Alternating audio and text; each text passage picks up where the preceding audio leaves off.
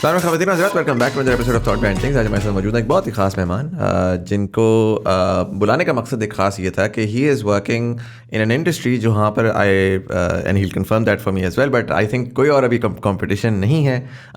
Very new. Personally मैंने एक छोटा ई कॉमर्स का बिज़नेस तकरीबन 4 साल पहले स्टार्ट किया था और मुझे इस एरिया में बहुत ज़्यादा प्रॉब्लम्स आई थी and I am really glad to see someone working on it. We have with us today Adnan Ali, who is the CEO of PayFast, which is Pakistan's first payment gateway, essentially digital payment gateway, I believe. Yeah, Assalamu alaikum. Really happy to be here. और before I start, मैं really आपके content को खुद भी बड़ा पसंद करता हूँ. I think you are one of the few podcasters जो कि serious content कर रहे हैं, जो कि पाकिस्तान का एक बेहतर image create कर रहा है और लोगों की knowledge को improve कर रहा है, rather इसके कि बस आपको traction build करनी है और जैसा भी stuff create करना हो. तो ये PayFast जो है वो basically State Bank's approved PSP है और हम payment gateway category में पाकिस्तान के पहले payment gateway है. Right, very cool. और अगर मैं सिंपली आपसे पूछ सकूं कि what's the use case, like किस किस्म का, like for a consumer, yes, where do they see PayFast? Is it PayFast or PayFast? It is PayFast, यानी जो आपका पेमेंट गेटवे सर्विस क्या होती है. आप ई कॉमर्स बिजनेस कर रहे हैं या आप स्कूल रन कर रहे हैं या आप कोई भी बिजनेस कर रहे हैं, ठीक है, आपको पेमेंट चाहिए from your customers, from your consumers. So this is where we come in. हमारे पास एक पूरा होलिस्टिक सोल्यूशन है जिसकी बेसिस पे हम अकाउंट्स को, क्रेडिट कार्ड्स को, डेबिट कार्ड्स को अपने मर्चेंट्स के लिए, अपने बिजनेसेस के लिए इनेबल कर देते हैं कि वो कस्टमर से पेमेंट एक्सेप्ट करें. और उसके बहुत सारे डिजिटल मीन्स हैं जिस पे हम आगे ऑफ कोर्स डिटेल में बात करेंगे. राइट. चलें, let's start off with just trying to understand how you got here. You were born in Karachi, born and raised in Karachi? Yes, I was born in Karachi. I was raised in Karachi. I love Karachi. Right. So basically, it all started. I did my MBA. MBA से actually मैं पहले जाऊँगा थोड़ा सा high school. ठीक है. High school आपने कहाँ से किया? I started मेरा स्कूल था प्रोग्रेसिव स्कूल. ठीक है. घर से करीब था. उसके बाद जो है within family there were too many bankers. तो एक इंक्लिनेशन था कि जी मुझे भी बैंकर ही बनना है. मेरे ताया BCCI बैंकर थे, मेरे कजन्स थे, local BCCI, that's interesting. How was that experience for him? Must have been quite a, क्योंकि उस time BCCI was a thing. Yes. तो वो थोड़ा सा मेरी आप कह लें कि हार्ड लग है कि when I was around 13-14 और जब मैं उनसे बहुत कुछ सीख सकता था तो अनफॉर्चुनेटली ही डायट. लेकिन उनका एक पर्सनैलिटी का इम्पैक्ट ऊपर था ज़रूर. और उसके बाद फिर उनके बेटे भी वो बैंकर्स थे.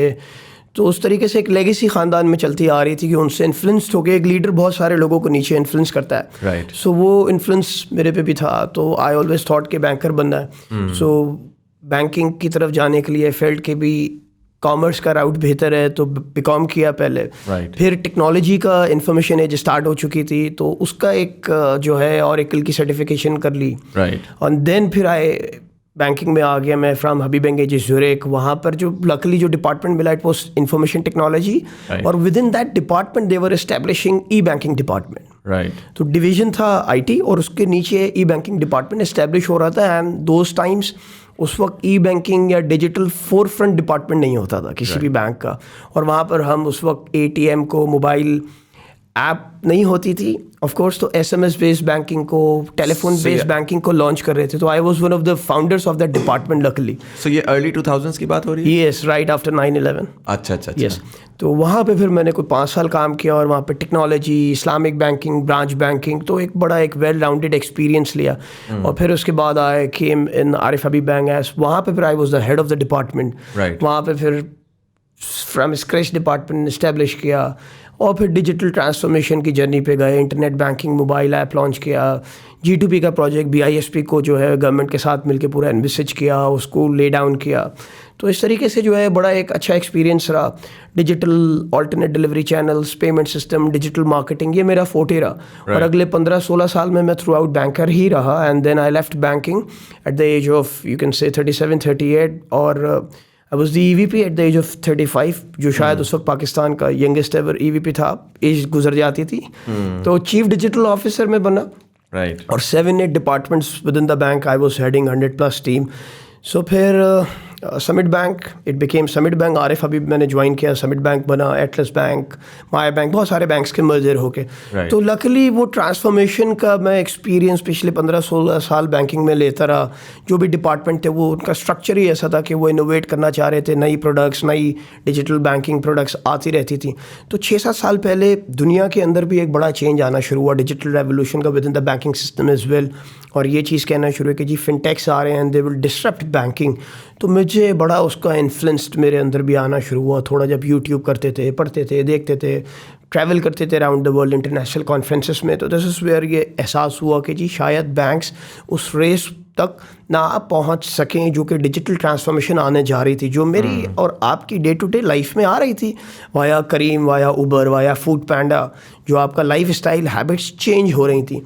तो आई स्टार्टेड फीलिंग कि शायद बैंक के अंदर जो है वो चीज़ जिस स्केल पे फिर मैं करना चाह रहा था वो मुझे लगा कि नहीं हो सकेगी। एंड देन समिट बैंक का मर्जर अनाउंस हुआ with one of the provincial banks in पाक सिंध। तो वो सिंध बैंक था। मुझे लगा कि जी एक ऑफ कोर्स वो एक सरकारी इदारे में काम करने के लिए बहुत सारे लवाजमात डिफरेंट होते हैं। आई फेल्ट कि जी अब it's time to move on. और फिर वो स्टीव जॉब्स सेड कि जी वो सक्सेस की अपनी एक हैवीनेस होती है। तो ईवीपी के बाद अमूमन बैंक में प्रेसिडेंट जो होता है वो एसईवीपी होता है। तो अगर 25 साल का करियर में लूँ, नेक्स्ट 25 तो 35 के बाद 25 साल में एक ही ग्रेड बचता था। तो आई फेल्ड कि अब कुछ बड़ा करना चाहिए for the economy, for the country. तो फिर उस टाइम पे लेट महमूद कपूरवाला जो कि एवांजा के फाउंडर एंड सीईओ होते थे, वो इस आइडिया पे काम कर रहे थे कि पाकिस्तान में एक फिनटेक होना चाहिए जो कि पेमेंट स्पेस में काम करे और स्टेट बैंक से पीएसपी का लाइसेंस ले।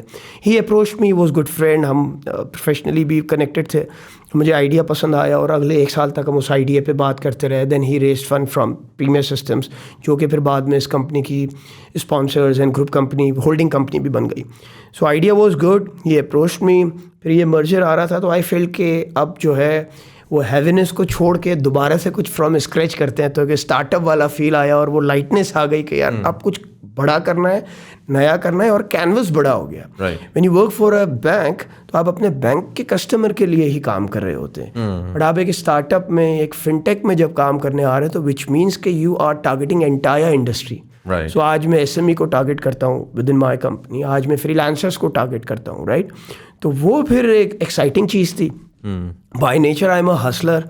कुछ मोनोटोनस करूँ तो थक जाता हूँ। 2 महीने के लिए मैंने इस्लामिक बैंकिंग, ब्रांच बैंकिंग में काम किया। आई फील्ड कि भाई ये तो रोज़ सुबह आओ और एक जैसा काम करो, ये तो मैं थक जाऊंगा इस तरह। तो कुछ किक, कुछ पुश चाहिए था। तो फिर मैं पे फेस्ट आ गया और यहाँ से फिर नेक्स्ट 4 इयर्स में हमने स्टेट बैंक के साथ कोलैबोरेट किया। हमने लाइसेंस की अपनी activity which was very important part of our company's journey.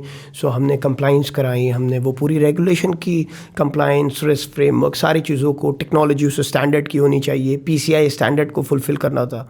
तो वो सब करने के बाद जो है हम अब आज एक रेगुलेटेड एंटिटी बन गए जो कि पाकिस्तान में और माशाल्लाह से पाकिस्तान से बाहर भी काम स्टार्ट कर चुका है। Very cool. ये एक जर्नी है। So you guys have been in the space for 4 years?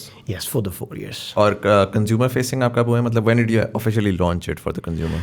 हमें कोई आप कह लें 2 महीने हो गए जिसमें हमने कमर्शियली जो है अपनी प्रोडक्ट को लॉन्च कर दिया है। और अब स्लोली ग्रेजुअली अब जो है हम इस तरीके से अब डिजिटल मार्केटिंग स्टार्ट कर चुके हैं। आज अगर आप पेमेंट गेटवे लिखेंगे तो आपको सबसे ऊपर पे फेस्ट नज़र आ रहा होगा। हमने फेसबुक पर मार्केटिंग स्टार्ट कर दी है। फिर जो है हमने कस्टमर को जाके, मर्चेंट्स को जाके अब काफ़ी हैवीली लेवल पे एंगेज करना शुरू कर दिया। तो जैसे कमर्शियल लॉन्च कंपनी और वो अब मंथ टू मंथ बेसिस पे हॉकी स्टिक ग्रोथ माशाल्लाह से आना शुरू हो गई। तो इट्स रियली एक्साइटिंग नाउ। ज़बरदस्त। And in terms of investment, so like you mentioned early before we were talking कि $365 million की आपकी इन्वेस्टमेंट, रुपीस। वो at that time 4 years back it was the highest ever किसी startup fintech में। it was $3.5 million which was highest ever investment within the Pakistan। $3.5 million? $5 million। $5 million, yes।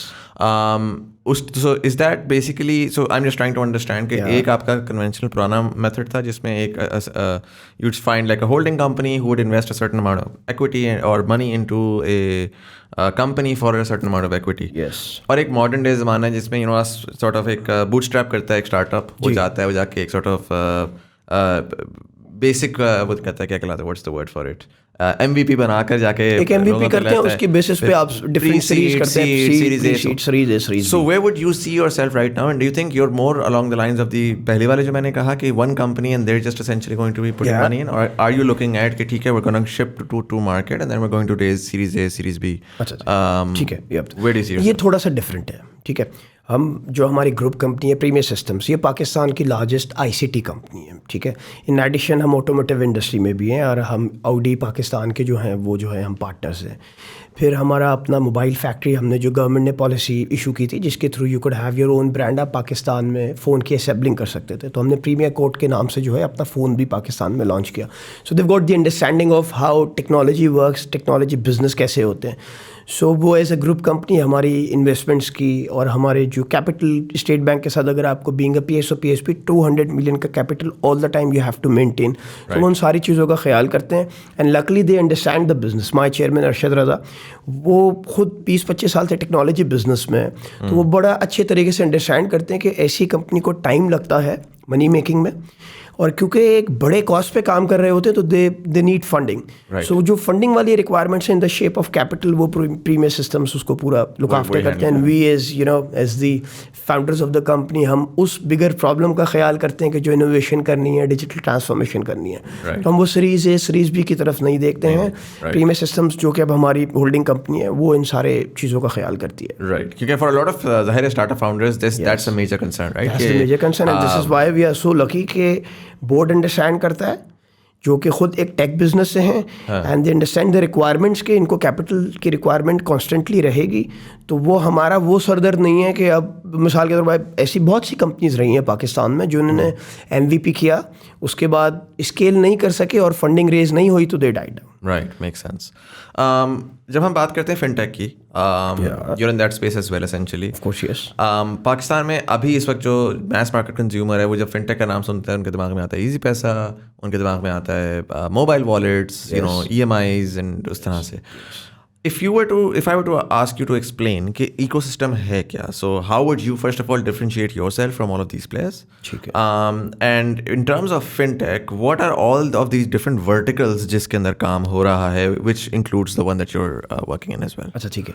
सबसे पहले तो मैं ये अंडरस्टैंड करना पड़ेगा कि एक बैंकिंग सिस्टम है, ठीक है। बैंकिंग सिस्टम में हम एज ए कंज्यूमर अपने पैसे डिपॉजिट करते हैं और उसके बाद बैंक हमें सर्टन चैनल्स दे देता है वो ट्रांजैक्शन करने के लिए। This could be branch, a physical branch, और maybe mobile app, internet banking, ठीक है। अब उसके बाद जो नीड है वो ये है कि जी जो इनोवेशन है वो जिस स्पीड के साथ चेंज हो रही है, 16 साल मैंने बैंक में गुजारे ना, तो बैंक का DNA मैं बड़ा अच्छे तरीके से अंडरस्टैंड करता हूँ, ठीक है। सो बैंक के अंदर जो डिजिटल हेड्स होते हैं, चीफ डिजिटल ऑफिसर होने की वजह से आई अंडरस्टैंड कि जी अगर कोई आपने नया प्रोजेक्ट स्टार्ट करना है तो बैंक की मेंटालिटी ये है कि उसका ब्रेक इवन कब आएगा और उसमें प्रॉफिटेबिलिटी कब आएगी। राइट, सही है। एंड अमूमन जब आप बड़ी इनोवेशन करने जा रहे हैं तो उसमें इट टेक्स टाइम कि आप उसका ब्रेक इवन कब करें। तो उसी की वजह से फिर एक in parallel to banking industry एक नई टर्म आई which is a fintech. Right, ठीक है। और हम बात करते हैं पेपैल की, इस अ फिनटेक, स्ट्राइप इस अ फिनटेक, पेटीएम फिनटेक। तो ये इन पैरेलल बैंकिंग के ऐसी कंपनीज आई जिन्होंने इनोवेशन करना स्टार्ट की, एंड वर्ल्ड वाइड रेगुलेटर ने अंडरस्टैंड किया कि जी अब बैंक के साथ ऐसी कंपनीज आएंगी जो स्पेसिफिक कंज्यूमर प्रॉब्लम्स को अडॉप्ट करेंगी और उसकी बेसिस पे अपने सॉल्यूशन, अपने product and channels for the end user develop करेंगी, ठीक है।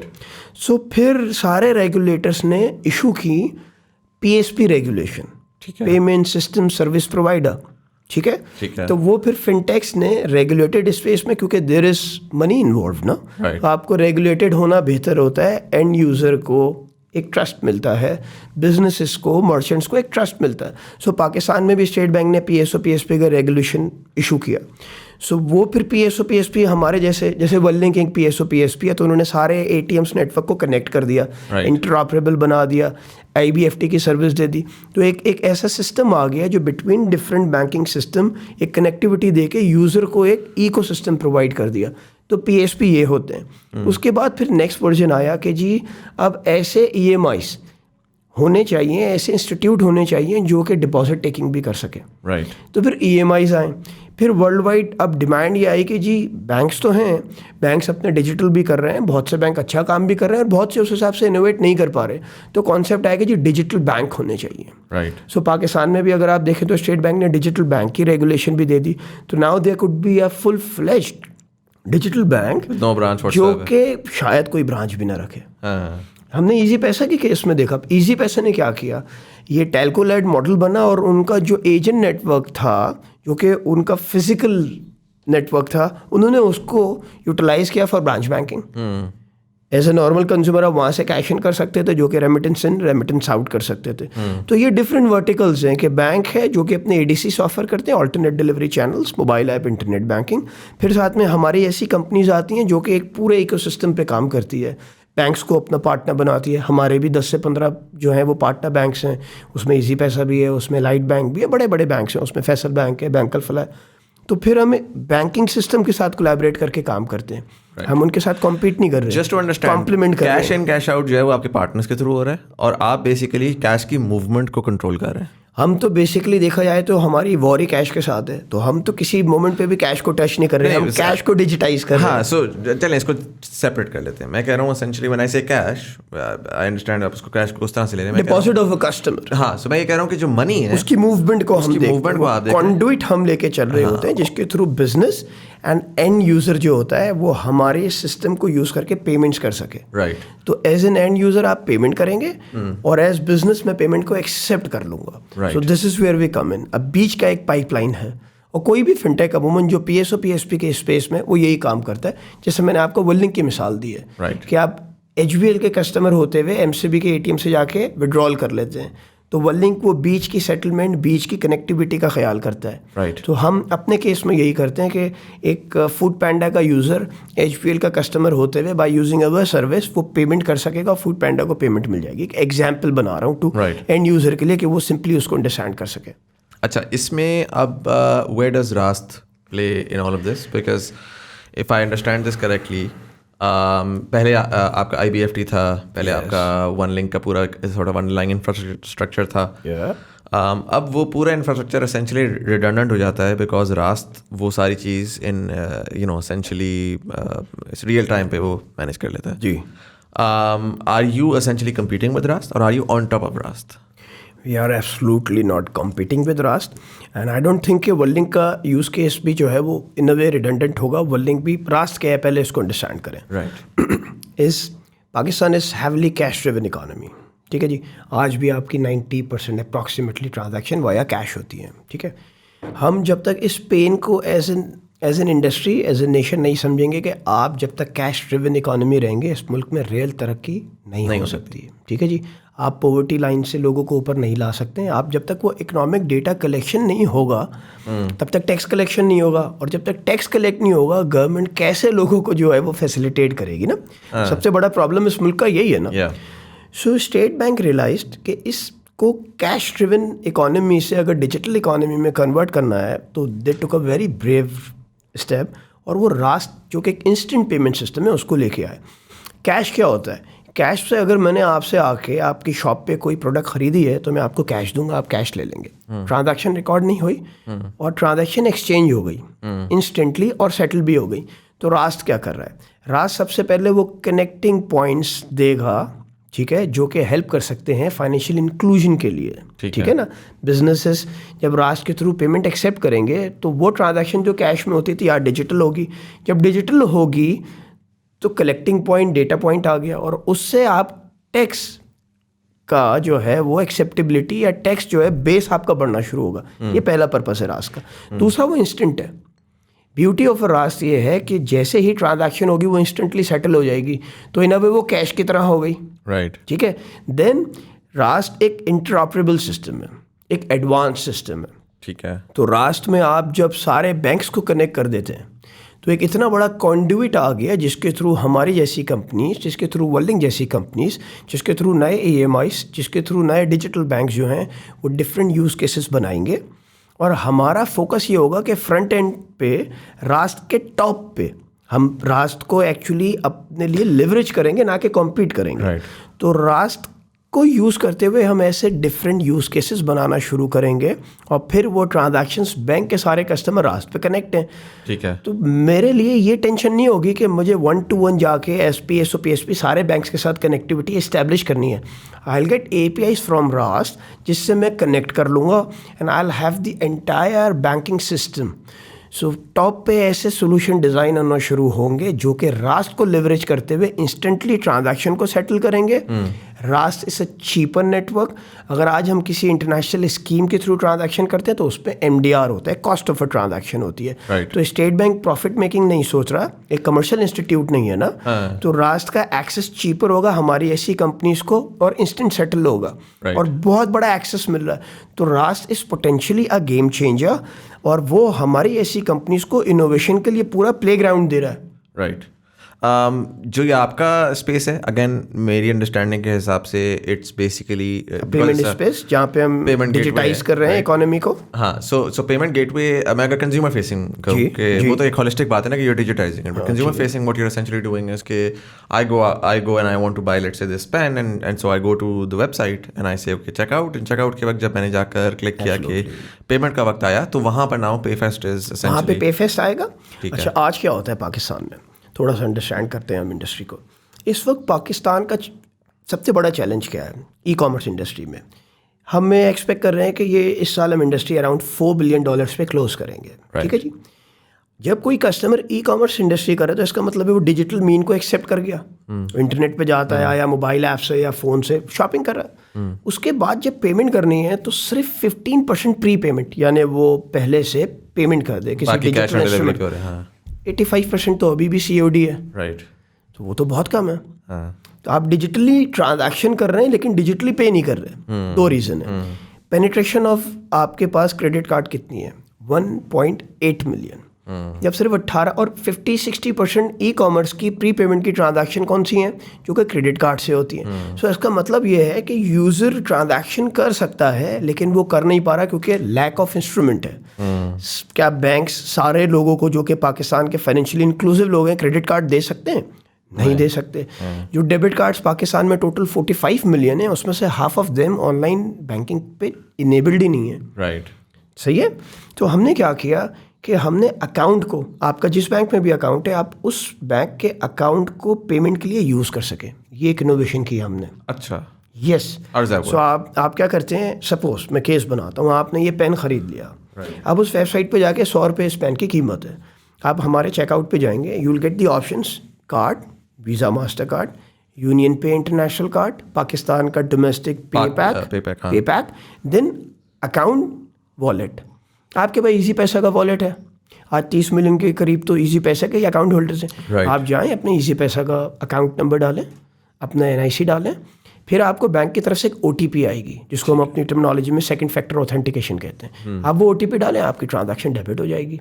तो आपके पास भले प्लास्टिक कार्ड ना हो, डेबिट कार्ड ना हो, क्रेडिट कार्ड ना हो, आप अपना अकाउंट यूज़ करते हुए पेमेंट कर दें। वॉलेट्स का तो आई सो वी फील कि ये बेस बढ़ाएगा। हाँ, वॉलेट्स का I understand. Can you do the same with let's say standard chartered bank account? अच्छा, उसमें सपोज हम लेते हैं एलाइड बैंक। ठीक है, आपके पास एलाइड बैंक का अकाउंट नंबर है 1 2 3 4 5 6 और आपके NIC है 4 5 6 7 8। सो आप ये दोनों इंस्ट्रूमेंट ऊपर जाके अकाउंट देन CNIC, उसके बाद ये एंटर करेंगे हमारे चेकआउट पे। जैसे आप डेबिट कार्ड या क्रेडिट कार्ड का नंबर डालते हैं, पीछे CVV2 डालते हैं, तो वो दोनों की को रिप्लेस किया हमने अकाउंट और NIC से। उसके बाद बैंक के रजिस्टर्ड आपके मोबाइल नंबर पे एक OTP आएगा। उस OTP को आप एंटर करें तो आपकी ट्रांजैक्शन डन हो जाएगी, रियल टाइम आपका अकाउंट डेबिट हो जाएगा। सो अकाउंट भी आप एसेंशियली यूज़ कर सकते हैं। तो फिर हम ये कहते हैं जो वो 85% जो COD है वो इससे डिस्टर्ब हो सकती है क्योंकि आपने बेस बड़ा कर दिया ना। 1.5 से 45 मिलियन से 80 मिलियन अकाउंट है पाकिस्तान में, तो हमने बेस को बड़ा कर दिया। तो उस बेस से हम ये एक्सपेक्ट करते हैं कि जी ये COD वर्सेस प्री पेमेंट 50-50 तो होगा। और आज जब हम देख रहे हैं तो इस वक्त हमारे सिस्टम पे account based transaction card base से ज़्यादा है। अच्छा। हाँ, बिकॉज कार्ड्स ऑब्वियसली वही वाली बात है। तो आपने नंबर जो बताया less than 1%, right? Like credit card का जो है, डेबिट का वही वाला मुझे याद है, when I was in university. अच्छा, मेरे वाले साहब बैंकर थे, तो करियर बैंकर थे, तो उन्होंने, मैं 5वीं जमात में था तो मुझे उन्होंने क्रेडिट कार्ड निकलवाते थे, supplementary card, just for the understanding के बेटा तुम्हें पता होना चाहिए कि कार्ड पे स्पेंडिंग किस तरह होती है और सारा कुछ होता है, कंट्रोल किस तरह करना होता है।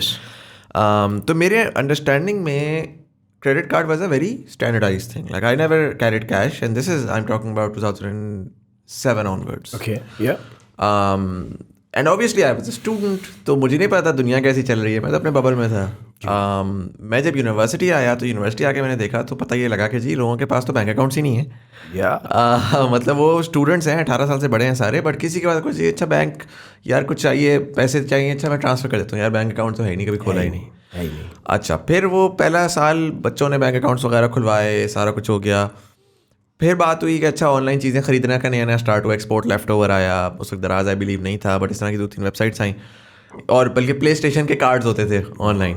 अच्छा, वो सारे मेरे पास आते थे, यार मुजम्मिल वो ना एक कार्ड खरीद दो ताकि जो है वो father's credit card, that credit card. And I was it boggled my mind कि यार you have the you have the bank account, just like I get it, credit card इतना आसानी से नहीं मिलता. तो आपको अपने फादर की वजह से मिला, क्योंकि उनकी क्रेडिट वर्दीनेस थी. एग्जैक्टली, आपको खुद एज स्टूडेंट कभी भी नहीं मिलता.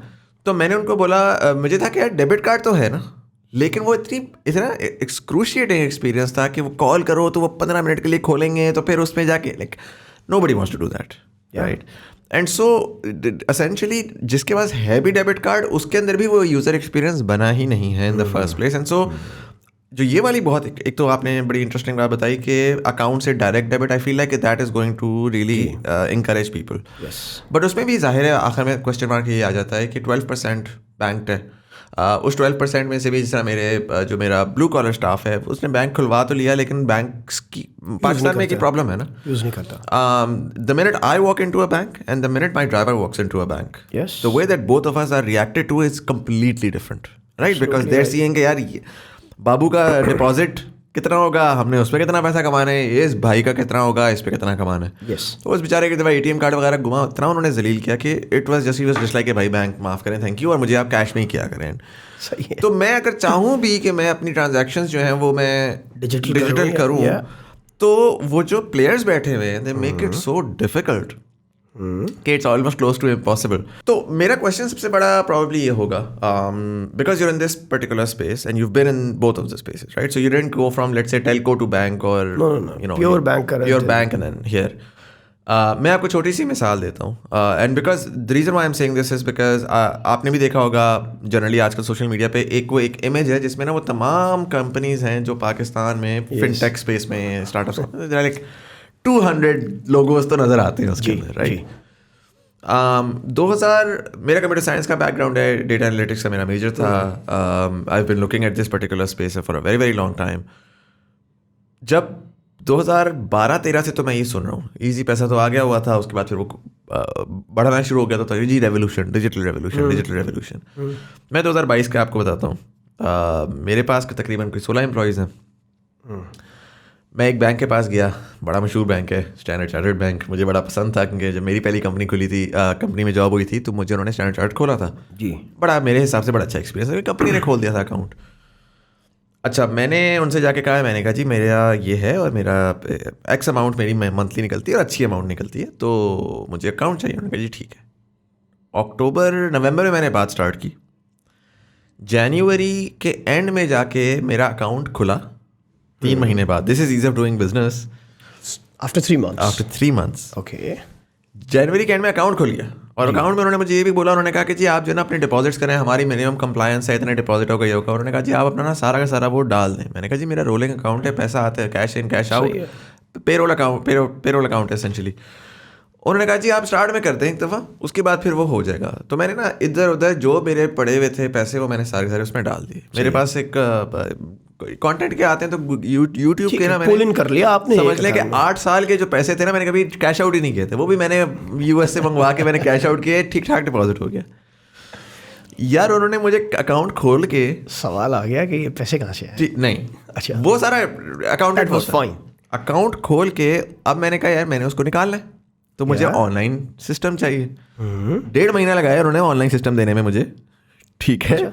तो मेरा अकाउंट खुल के पैसा मेरा सारा ब्लॉक हुआ था, मेरे पैसे ही नहीं निकल पा रहे थे. मैं तो एक पॉइंट पे आ गया कि भाई like this is my money, what the hell am I supposed to do with it. And then finally मर के वो खुला. अच्छा, वो खुल गया हुआ है, अब वो मेरे पेरोल के नहीं खुल रहे. ये मुझे ट्रॉमा हो गया ठीक है मुझे बैंकिंग से लिटरली ट्रॉमा हो गया पिछले 2-3 महीने के अंदर, क्योंकि इट ये इज, कितनी पुरानी बात कर रहे हैं आप? ये भी पिछले 6 महीने की बात है सारी, ठीक है। This is 2022. Yes, we're stuck in a system which one of the best banks in this country, जो कि इंटरनेशनल बैंक है, जो पूरी दुनिया में चल रहा है, उसकी ये हालत है.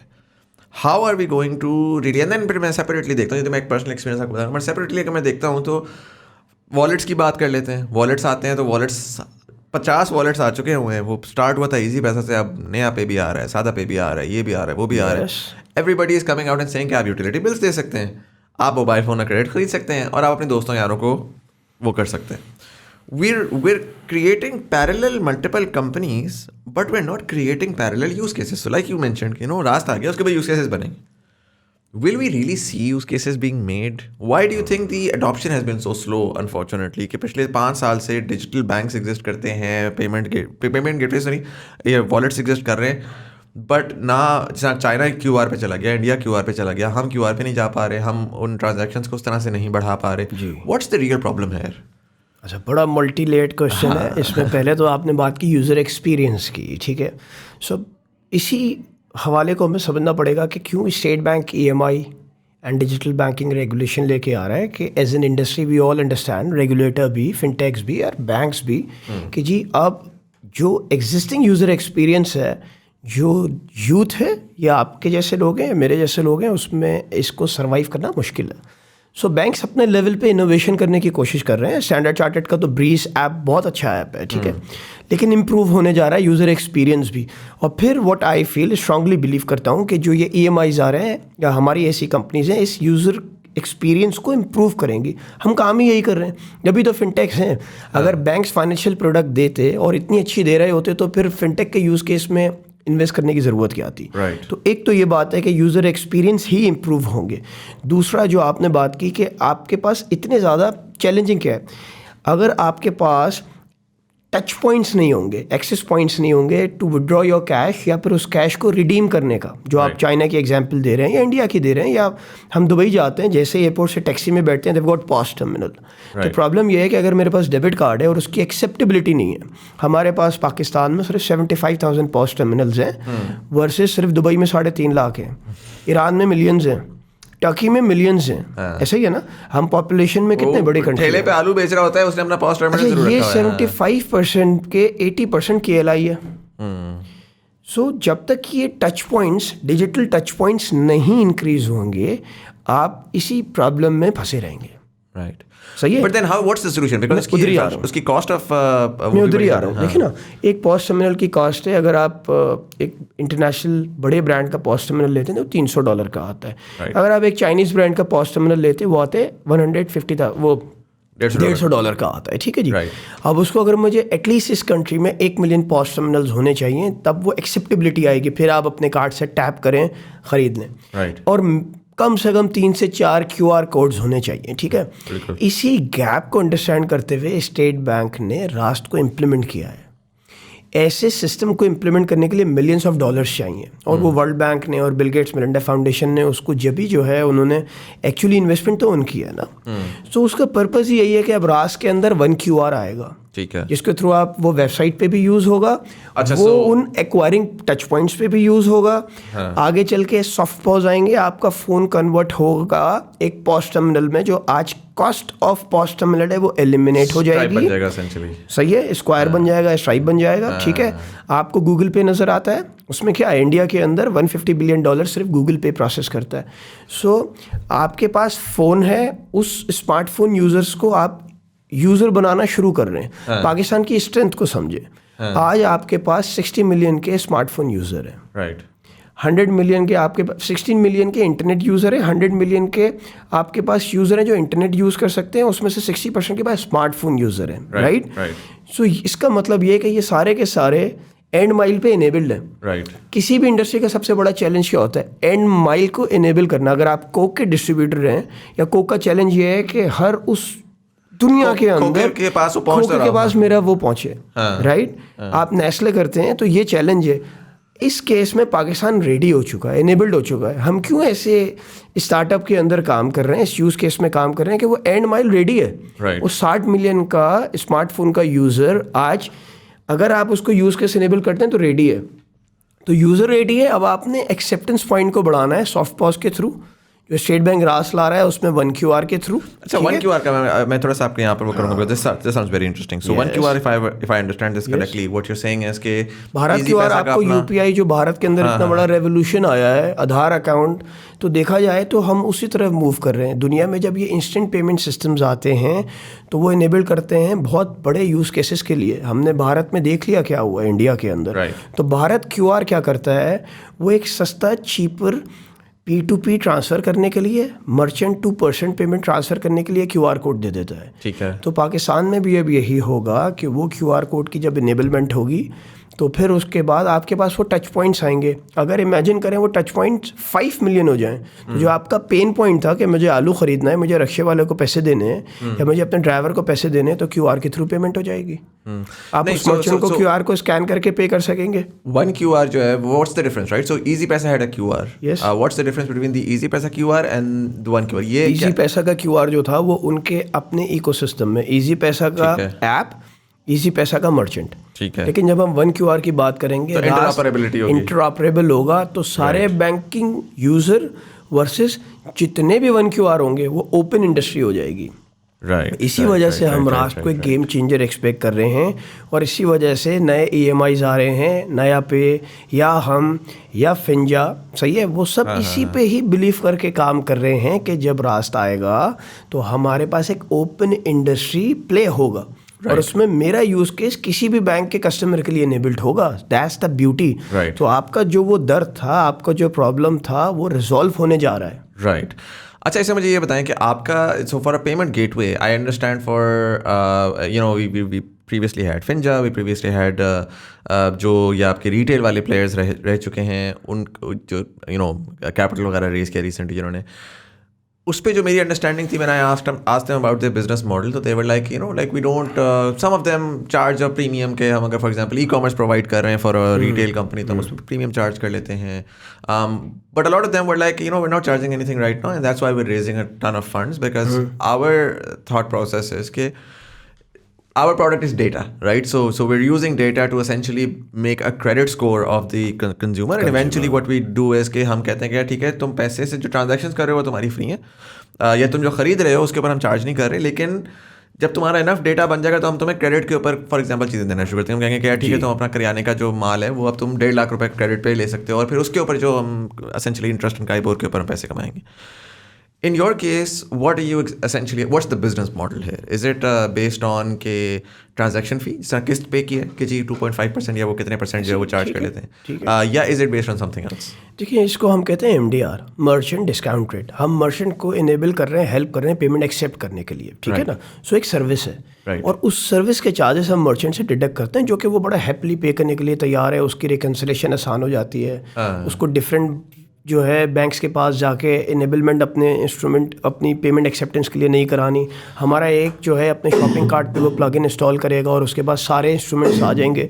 सो वो बहुत हैप्पीली जो है वो सर्विस चार्जेस देता है, और उस सर्विस चार्जेस की बेसिस पे this is where we make money. Little amount होता है, लेकिन this is how we make money out of. Is that something that you can share, what does that amount look like? देखिए, हम क्या कर रहे हैं, सबसे पहले तो क्योंकि स्कीम्स के तो अपने स्टैंडर्ड्स होते हैं, जो हमें भी पता है वो 2.5 से 3% पे जो है वो जो है वो कहीं एक ब्रैकेट होता है। डिपेंड करता है कि आपका वॉल्यूम साइज़ कितना है, उस वॉल्यूम के बेसिस पे वो फ्लक्चुएट करता है। दूसरा, फिर हम जब अकाउंट बेस को इंट्रोड्यूस कर रहे हैं तो उस केस में स्कीम एलिमिनेट हो जाती है, और relationship between us and bank होता है, तो वहाँ पर हमने उसको सब्सिडाइज कर दिया, और अप्रॉक्सीमेटली 2%, 1.5 से 2% जो है हम मर्चेंट को इनेबल कर देते हैं उसकी पेमेंट के लिए। तो इस तरीके से ये वेरी करता है। और वो फिर जाहिर है कि it's all about then it's all a matter of how much money you move, and then उस तरह ये अभी भी अगर आप देखें तो ये चीपर है। आप आज भी अगर स्ट्राइप अमेरिका में इनेबल करना चाहते हैं तो वहाँ पे स्टैंडर्ड चार्जेस हैं 3% प्लस 0.1 सेंट्स पर ट्रांजैक्शन।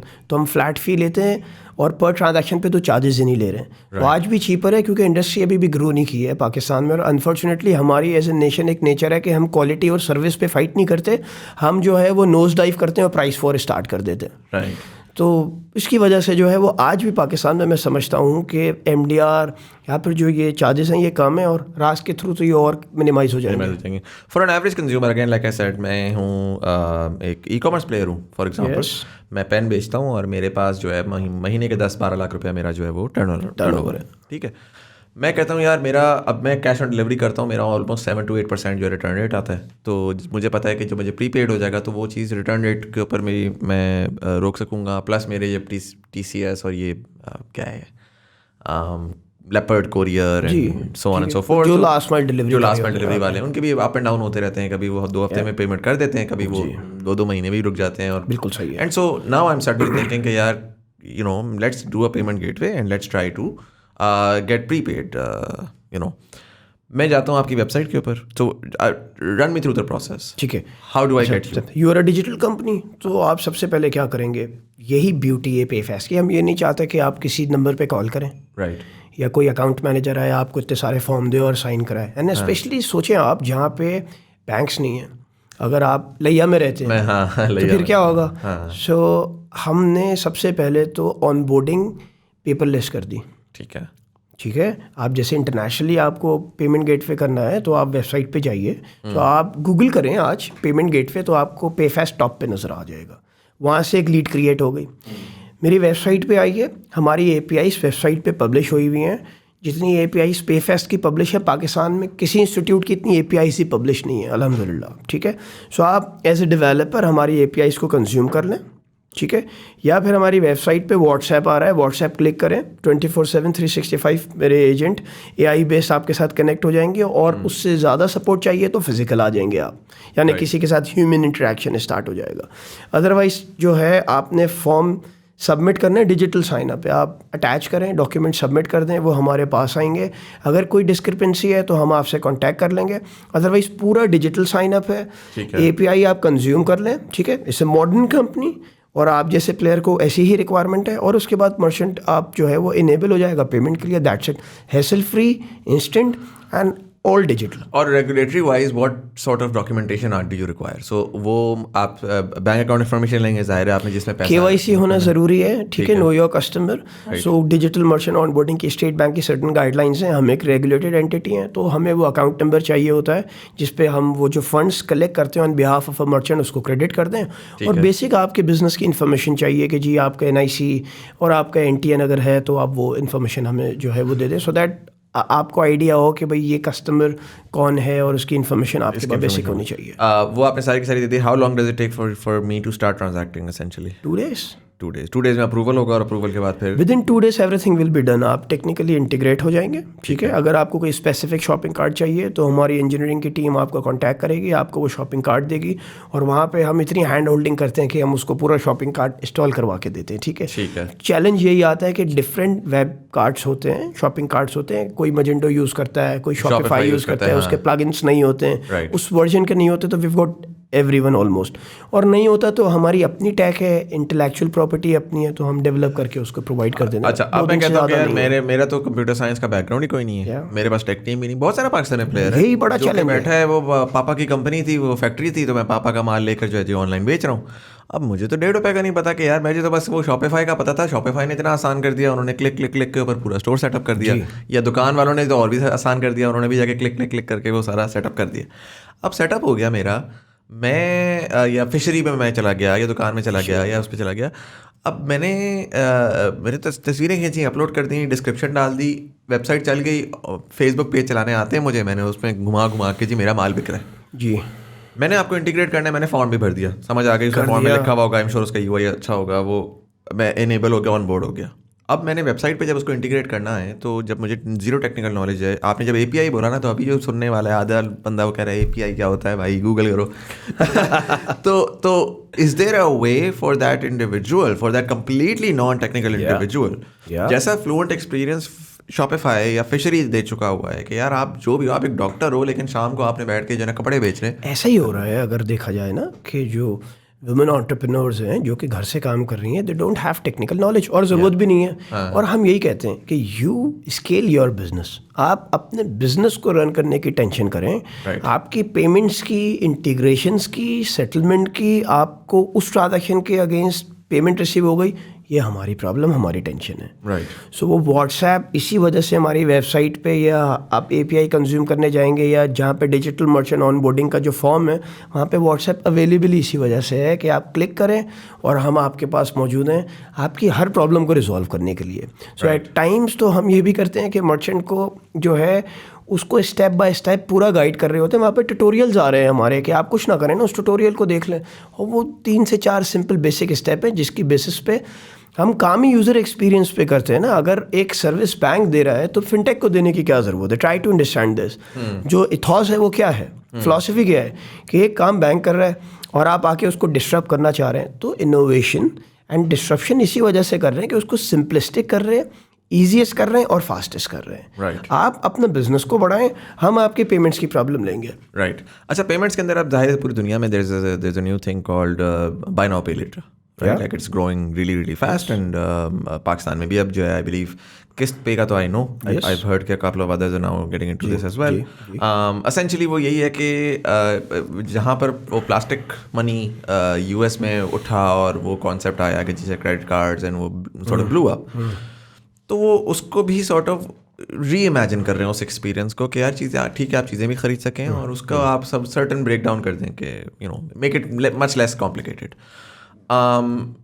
जाहिर है कि जब हम बात कर रहे हैं कंज्यूमर टच पॉइंट की या B2C पेमेंट प्रोसेसिंग की, तो उसमें डायरेक्टली थॉट प्रोसेस ये आएगा कि अब आज मैं जब जाता हूँ दराज के ऊपर, and this I find very annoying in Pakistan, right? So I go on दराज एंड बात आती है पेमेंट्स की, तो मेरे ना 25 ऑप्शन आ जाते कि किस्त पे आपने जाना है या हबीब बैंक के आपने उस पे जाना है, गेटवे पे जाना है या पता नहीं इजी पैसा का गेटवे, तो जायज़ कैश, तो ये तो यार पूरी दुनिया में एक चीज़ होती है, ठीक है, पीछे सारा मैनेज हो रहा होता है जिसका भी जो भी है। So the question for me would be कि अगर फॉर एग्जांपल आपका payment gateway, my understanding is वो एक सिंगुलर एग्रीगेट कर रहे हैं ना हम सारे इंस्ट्रूमेंट्स को, वही प्रॉब्लम रिजॉल्व कर रहे हैं कि जी इतने सारे नहीं होने चाहिए। अब उस एग्रीगेशन में क्या आप BNPL को भी इंटीग्रेट करेंगे, जिसके अंदर फॉर एग्जांपल कंज्यूमर जाए कह रहे हैं कि आपने कहा account, I choose credit card और आई चूज अकाउंट और I choose mobile wallet option, right? या मोबाइल वॉलेट की बात है मैं BNPL कर लूँ, तो वेयर डज दैट स्टैंड? देखिए नेचुरली जो ग्लोबली भी हम देखें ना, जो पेमेंट गेटवेज थे उनका जो सेकंड स्टेप होता है इमरजेंस का, वो यही होता है कि वो BNPL प्ले में आते हैं, ठीक है? क्योंकि आपके पास मर्चेंट का डेटा भी है, आपके पास कस्टमर का डेटा भी है, और ऑन दैट बेसिस आप चाहें तो मर्चेंट को इनवॉइस फाइनेंसिंग भी दे सकते हैं कि जो पैसे उसको 2 दिन बाद मिलना है वो आप उसको विद इन फ्यू आवर्स में जो है वो उसको क्रेडिट कर सकते हैं। और कंज्यूमर के एंड पे आप ऐसे BNPL प्लेयर्स के साथ पार्टनरशिप कर लेते हैं क्योंकि आप एंड पॉइंट है ना जहाँ पे कंज्यूमर पेमेंट करने जा रहे हैं और मर्चेंट के साथ भी कनेक्टेड है। सो नेचुरली ये एक्सटेंशन हम अपनी कंपनी के अंदर खुद भी BNPL मॉडल में आ सकते हैं और ऐसे BNPL कंपनीज के साथ पार्टनरशिप भी कर रहे हैं। जैसे आज हमने चीकू के साथ पार्टनरशिप की जो कि बड़े लार्ज स्केल पे एग्रीगेशन कर रहा है, या हमने दुकान के साथ पार्टनरशिप की है एज पेमेंट गेटवे, तो ये BNPL पार्टनरशिप भी होगी और हमारा अपना भी इमरजेंसी यही होगा कि हम एक NBFI का लाइसेंस लेके अपने मर्चेंट्स को जो है वो ये वाली फैसिलिटी दें। NBFI क्या होता है? NBFI होता है कि आपको अगर कंज्यूमर लेंडिंग या कॉर्पोरेट लेंडिंग करनी है पाकिस्तान में, लोन देना है, सो आप या तो बैंक हो, और अगर आप बैंक नहीं है तो SECP से नॉन बैंकिंग फाइनेंशियल इंस्टीट्यूट, तो आप वो लाइसेंस लेते हैं और फिर आप क्रेडिट दे सकते हैं लोगों को। अच्छा, इंटरेस्टिंग। तो आप बड़ा रेगुलेटरी स्टाइल जा रहे हैं, बिकॉज मुझे याद है किस पे वाले भाई आए हुए थे, तो ही दे अवॉइडेड, उन्होंने भी NBFI का लाइसेंस ले लिया उन्होंने। यस, यू कांट वर्क, वो इनिशियल MVP के लिए ठीक है, इनिशियल तो उन्होंने जरा उसका वर्क अराउंड ढूंढना था, बट आई थिंक वो अब उन्होंने उस पे आ गए। Make sense. देखिए आपको जो है ना जहाँ पे कंज्यूमर ट्रस्ट, वो जो बात कर रहे थे ना, उन्होंने आके ये बोला, उन्होंने कहा जी देखिए हम तो काइबोर नहीं चार्ज कर रहे ना, हम तो फ्लैट फी चार्ज कर रहे हैं, हम तो इंटरेस्ट के ऊपर, और हम तो लेंडिंग कर ही नहीं रहे, हम तो NBFI लाइसेंस अब उन्होंने कर लिया। ठीक है। एंड यू थिंक कि BNPL जो भी करेगा उसको लाइसेंस के बगैर वो नहीं एक टाइम के बाद हो नहीं सकता ना। अगर उसको स्केल करना है और लार्ज स्केल पे जाना है और मासेस को कवर करना है तो वो लाइसेंसिंग कवर लेना पड़ेगा, सही है? अदरवाइज कंज्यूमर ट्रस्ट भी कुछ अरसे बाद नहीं रहेगा, मर्चेंट का भी ट्रस्ट कुछ अरसे बाद नहीं रहेगा। क्यों EMI का लाइसेंस है, क्यों डिजिटल बैंक का लाइसेंस है? आप किसी बैंक में जाके डिपॉजिट रखवाएंगे अगर वो रेगुलेटेड ना हो तो? अगर एक XYZ बैंक आता है, आउटस्टैंडिंग एक्सपीरियंस देता है आपको, ठीक है जी, जो अमेरिका में हो रहा है वो ला के एग्जैक्ट इम्प्लीमेंट करता है। आप as consumer because of only कि वो एक्सपीरियंस बहुत अच्छा दे रहा है, आप उसमें 1 लाख रुपए भी जाके डिपॉजिट कराएंगे अगर रेगुलेटरी कवर ना हो तो। As a consumer I am asking to you, कभी भी नहीं। ठीक है जी, रेगुलेटर जब होता है तो वो कस्टमर को ही तो कॉन्फिडेंस देता है, प्रोटेक्ट कर रहा होता है। अच्छा, रेगुलेटर का मुझे बताएं, हाउ लास्ट 2 to 3 years हमने बड़ी इंटरेस्टिंग चीज़ें देखी हैं। रास्त हमने देखा कि one after the other there been this new sort of नए इंस्ट्रूमेंट्स भी आना शुरू हुए हैं, नए रेगुलेशंस भी आना शुरू हुई हैं। How do you see Pakistan में, क्योंकि हमेशा एक जब पर्टिकुलरली बैंकिंग साइड के लोगों से बात करता था तो ये होता था कि यार पाकिस्तान में regulatory framework is so primitive, हम तो जी सर हम तो करना चाहते हैं लेकिन वो रेगुलेटर ने इतना मुश्किल बना दिया है कि वो बहुत हुआ है जी। अब it seems like, and I don't know, I'm not connected, but it seems like the regulator is now a lot more innovative and a lot more agile. Do you think that's true? Do you think they're now looking for innovation on that level as well? I really got happy when you said कि मैं लोगों से बात करता था तो वो ये कहते थे, तो आप पास्ट में आ गए, राइट? सो आज मतलब मैं तो 20 साल से ऑलमोस्ट रेगुलेटर के साथ ही कनेक्टेड हूँ, चाहे फिनटेक स्पेस हो या बैंकिंग स्पेस हो। सो आई एम रियली अमेज्ड कि वो बहुत प्रोएक्टिव है और फ्यूचरिस्टिक है। और आप देखिए कुछ दिनों पहले जब आपके पास डिजिटल बैंकिंग का लाइसेंस आया, स्टेट बैंक गवर्नर ये कहते हैं कि जी 5 बैंक्स को हम डिजिटल बैंक का या 5 डिजिटल बैंकिंग के लाइसेंस इशू करेंगे। तो ये 5 जो ये डिजिटल बैंक्स बनने जा रहे हैं ये सब के सब यूनिकॉर्न्स बनेंगे अगले 5 साल में जाके, ठीक है ना? सो रेगुलेटर अंडरस्टैंड कर रहा है कि what has happened around the world, different countries में, जो इंडोनेशिया में हो चुका है, जो शायद थाईलैंड में हो चुका है। मैं एडवांस इकोनॉमीज़ की तो भी बात ही नहीं कर रहा। तो वो पूरा उस पर नज़र रख रहे हैं। और मैं जब उनसे इंटरेक्ट करता हूँ, जो हमारा हम जितने फिनटेक्स हैं वो डिजिटल फाइनेंशियल ग्रुप में आते हैं स्टेट बैंक में। सो जो उनके ईडी हैं, जो उनकी टीम है, वो डिजिटल यूज़ केसेस को अंडरस्टैंड करना बड़ा, वो उनकी ट्रेनिंग इतनी अच्छी हो गई है अब, वो रेगुलेटरी फ्रेमवर्क बना के इंटरनेशनली ट्रैवल करके या बाहर से ट्रेनिंग्स भी लेके आए, वो अब अंडरस्टैंड करने लगे कि व्हाट इज़ रिक्वायर्ड। हम जो फिनटेक्स हैं हमारे लिए रेगुलेटर ऑक्सीजन प्रोवाइड करता है। तो हम जाके इनोवेटिव यूज़ केस उनसे डिस्कस करते हैं, सपोर्ट करते हैं। हमने यूनियन पे इंटरनेशनल के साथ जो है वो मोबाइल बेस्ड टोकनाइजेशन की, आसान लफ्ज़ों में बताता हूँ कि हमने फैसल बैंक के मोबाइल ऐप यूज़र को इनेबल किया कि वो अपने अकाउंट से एक वर्चुअल कार्ड बनाएं और उसको जाके टैप करके पे कर लें। हम स्टेट बैंक के पास गए, उस वक्त ऐसी रेगुलेशन एग्जिस्ट नहीं करती थी, but they were so supportive कि ठीक है, it's a good use case और आप तो हमारे पीएसपी हैं ही, तो रेगुलेटरी तो हम कंप्लाइंस करते हैं, आप काम करें इस पर, will be more than happy कि आपको उस पर सपोर्ट करें। तो हमें वो इनोवेशन उन्होंने करने दी। सो अब जब मैं उनकी रेगुलेशन देख रहा हूँ, EMI की रेगुलेशन आई है, रास्ट का पूरा प्रोजेक्ट स्टार्ट हो गया है, या फिर RDA हमें नज़र आता है, या डिजिटल मर्चेंट ऑनबोर्डिंग नज़र आती है, फ्रीलांसर्स अकाउंट के लिए digital onboarding of customer allow कर दिया, मोबाइल ऐप पे अब नादरा का CNIC आप जो है वो बायोमेट्रिक वेरीफाई कर पा रहे हैं। तो ये सारी वो चीज़ें हैं जो कि कनेक्टिंग डॉट्स हैं, जो कि फ्यूचर में एक बहुत बड़ा प्ले बनाने जा रहे हैं, बहुत बड़ा ग्राउंड बनाने जा रहे हैं। तो मैं तो रेगुलेटर को लेके अब I am really happy and they are really working with us, understand करते, हमें इनवाइट करते। मैं जो है पाकिस्तान फिनटेक एसोसिएशन है जिसका मैं बोर्ड मेंबर हूँ, और हम उस पर भी जाके स्टेट बैंक से कौन से नए रेगुलेटरी फ्रेमवर्क आने चाहिए, हमसे SPFA वो उस पर फीडबैक भी लेते हैं। तो वो बड़ा क्लोज हमारे अलाय बन के अब हमारे साथ काम कर रहे हैं। Make sense and that's pretty good to hear. एक चीज़ मुझे ये बताइएगा कि जो आपका पेमेंट गेटवे है, does that work with all cards all over the world? So for example US based कोई बंदा है जो कि कुछ अपने लिए आई डोंट नो वहाँ से कोई गिफ्ट भेजना चाह रहे हैं अपने दोस्त को पाकिस्तान में, तो अपना क्रेडिट कार्ड अमेरिकन डालेगा, मास्टर कार्ड का, और वो प्रोसेस कर लेगा। अगर उसके पास इंस्ट्रूमेंट है, वीज़ा, मास्टर कार्ड, वो अपना कार्ड नंबर एंटर करेगा, वो ट्रांजैक्शन हो जाएगी। आज हमारे मर्चेंट जो हैं वो इंटरनेशनल ट्रांजैक्शंस भी करते हैं और वो पैसे पाकिस्तान में आते हैं। And can I do the same as a freelancer? For example कि मैं कहता हूँ कि यार मैंने आपका सेटअप लगाया और मैंने एक वेबसाइट बना दी, सर्विसेज की वेबसाइट है जी, और उसके ऊपर मैंने कहा जब भी मैंने अपने फाइनली क्लाइंट को बिल करना है। सो अभी पाकिस्तान में फ्रीलांसर्स का सबसे बड़ा मसला ये आ रहा है कि क्रेडिट कार्ड का उनका समझ नहीं आती, राइट, कि किस तरह से करें। पेपैल पाकिस्तान में नहीं कर पा रहा, कोई भी और तरीके से होता है, तो जनरली वो क्या कर रहे हैं कि there actually ending up paying 10 to 15% fees on top of everything, कि वो 2% एक को देते हैं, वहाँ से पैसा मूव होता है उधर 3% देते हैं, फिर वो जो है कन्वर्जन में पैसा लूज होता है। तो इस केस में डू यू थिंक कि इस किस्म का एक यूज़ केस बन सकता है जिसमें सर्विसेज वाले लोग जो हैं वो एक पेमेंट फ्रंट बनाकर वो लोगों को भेज कर कह सकें कि ठीक है जी, now that I have delivered your service, तो आप मुझे इसके ऊपर पेमेंट मेरी प्रोसेस कर दें? So we work very closely with freelancers, क्योंकि हम चाहते यही हैं कि पाकिस्तान में जो है ना वो एक्सटेंशन हो सर्विसेज की, ठीक है। सो फ्रीलांसर्स का यूजुअली प्रॉब्लम क्या है, उनकी वेबसाइट नहीं होती। जब वेबसाइट नहीं है तो अमूमन उनके पास फिर वो पेमेंट गेटवे को कहाँ इंटीग्रेट करेंगे, तो हमने एक सोल्यूशन डेवलप किया उनके लिए, इनवॉइसिंग पोर्टल का, ठीक है। और क्योंकि बीइंग ए फिनटेक हम फ्रीलांसर्स की ऑनबोर्डिंग आसान कर रहे हैं। मैं पार्ट हूँ, अगेन बोर्ड मेंबर हूँ एक और Pakistan freelancer association, we work very closely, हम उनके फाउंडर मेंबर हैं।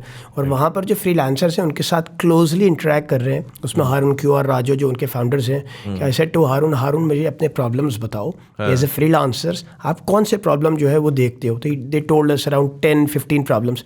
हमने वो सारे प्रॉब्लम्स रिजॉल्व किए। और आज अगर कोई बच्चा हरीपुर से बैठ के फ्रीलांसिंग कर रहा है, तो हमारा जो है सोशल मीडिया पे सबसे जो पहला ऐड चला है, ठीक है, पेड ऐड, वो चला ही फ्रीलांसर्स पे, right. So we got thousands of freelancers now जो हमारी सर्विसेज ऑनबोर्ड करना चाहते हैं। तो वो हमारा पोर्टल यूज़ करेगा, उस पोर्टल के थ्रू जो है वो इनवॉइस जनरेट करेगा, America, France, Dubai, Middle East, सऊदीया, जहाँ भेजना है सेंड करे। और उसके बाद वो पेमेंट जो है उसको पाकिस्तान में रेगुलेटेड एंटिटी है, पाकिस्तान में रिसीव होगी।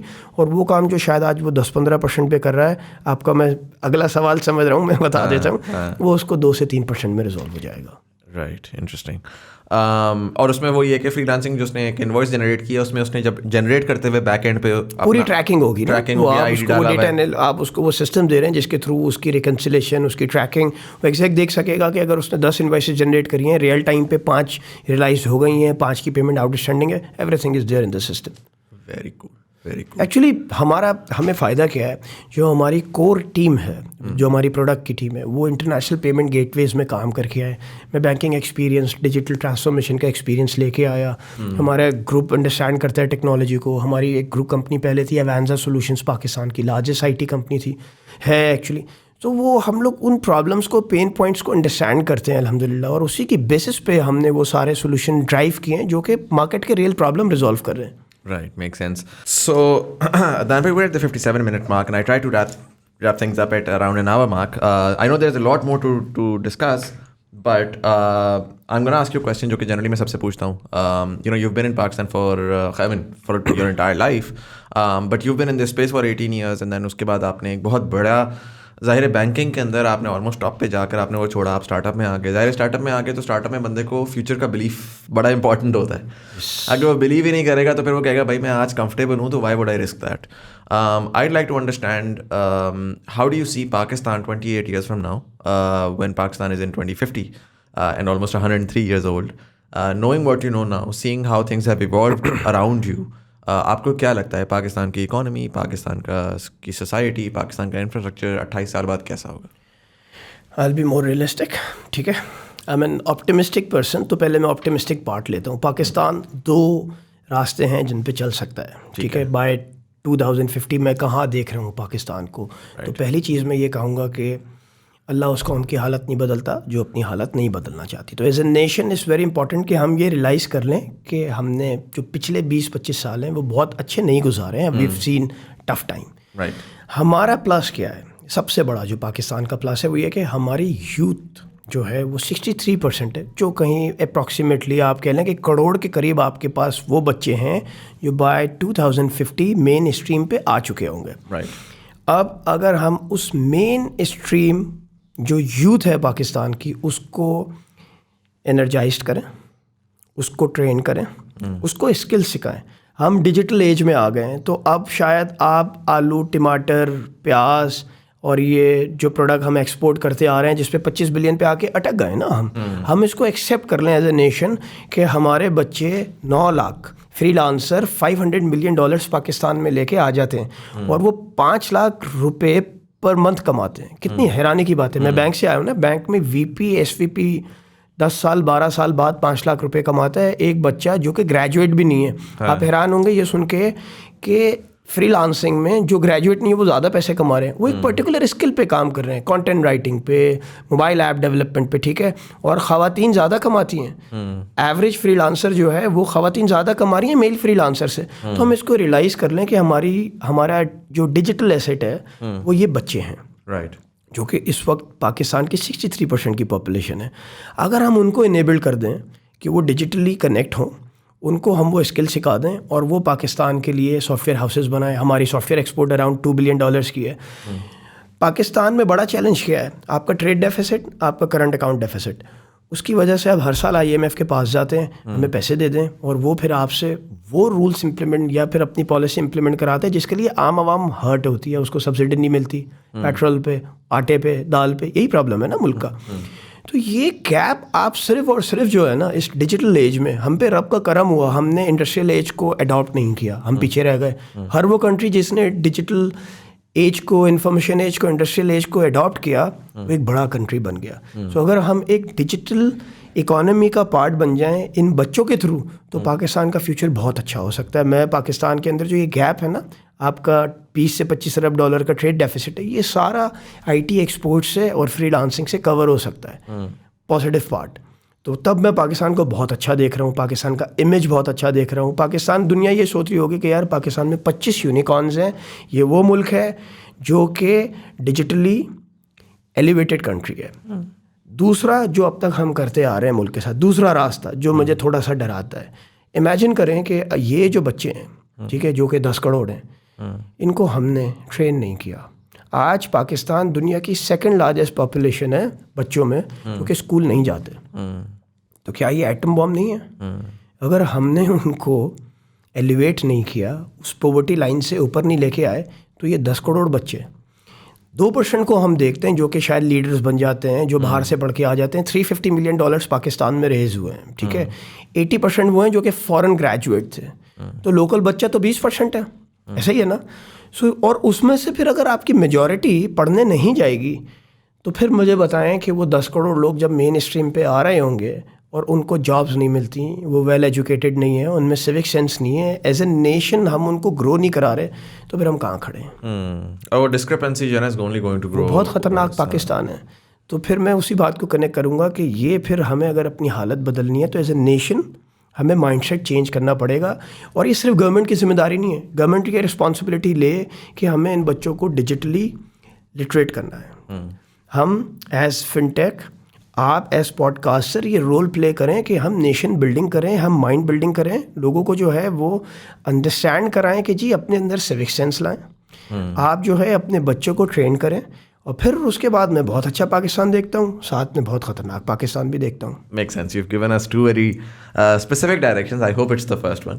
Adnan bhai, thank you so much for coming in and sharing all the insight. I wish you all the very best. I'm excited to see actually कि मैंने अभी जिससे पहले I didn't fiddle around with it, but you've actually solved a lot of use cases जो कि मुझे life में मसले आते रहे हैं. So I'm going to check it out as well.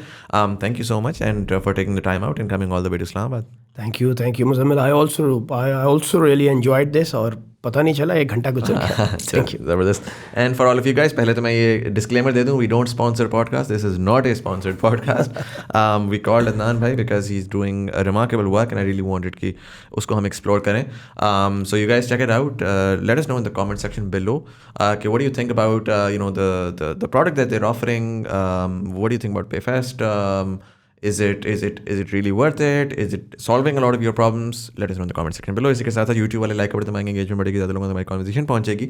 Audio platforms वाले सब्सक्राइब का बटन दबाएंगे, आने वाले एपिसोड्स की आपको नोटिफिकेशन मिलेगी। हमारा नया चैनल स्टार्ट हुआ है TBT क्लिप्स का, for people who don't like very very long format content. तो उसमें हम छोटे छोटे क्लिप्स करके डाल देते हैं। You can check that out, it's either coming anywhere over here, या लिंक भी नीचे दी हुई है। पाकिस्तान पिवट, हमने पाकिस्तान नाउ के ऊपर पॉडकास्ट स्टार्ट किया है जिसमें हम different policy makers, government officials से बात करते हैं, really try to understand the thought behind a lot of the policies that they're making, so you can check out that channel as well. Easy paisa jazz cash यहाँ पर कहीं पर आ रहा होगा. If you'd like to support the channel, we accept anything from ₹1 to as much as you'd like. It's the thought that counts, and maybe in the future we might just have a PayFest link down there as well to support the channel. But yeah, this is Sayyid Muzammil Hassan Zaidi. You are watching Thought Behind Things. Thank you so much for watching, and I'll see you in the next one.